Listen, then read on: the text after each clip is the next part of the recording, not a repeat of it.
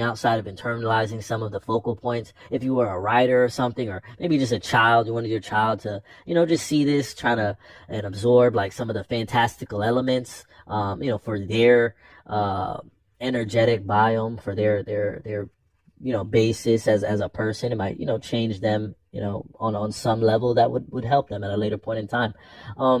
As well as, I'd say the only other contesting point to watch this show, is Keith David. He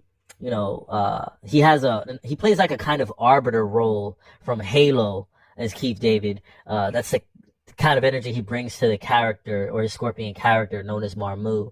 Bro's basically doing the arbiter scream every 4 seconds. Shit is hilarious, repetitive, but hilarious all the same.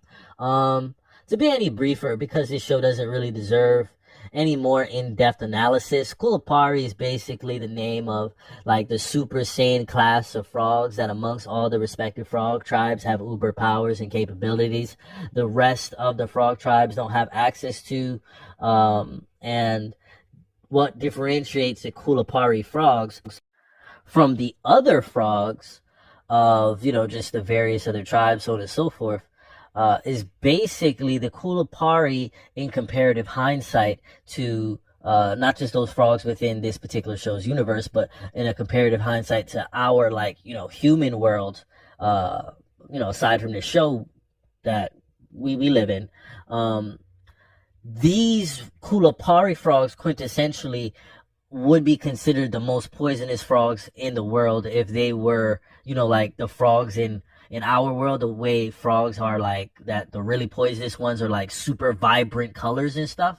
So in this show, Kulapari, these Kulapari class frogs have a ridiculous amount of poison within them, or essentially, when they have that spark, they got that ick factor, they got that dog in them, they got that Super Saiyan, they got that whatever you want to call it, they got that gon in them,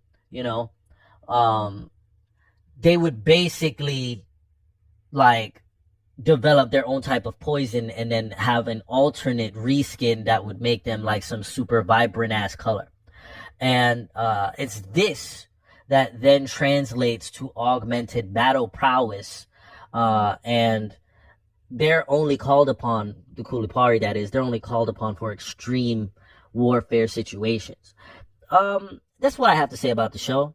In either instance, this has been Man Wang, the Dou-zhansheng-fo, here with another rating, review, so on and so forth. I'm out.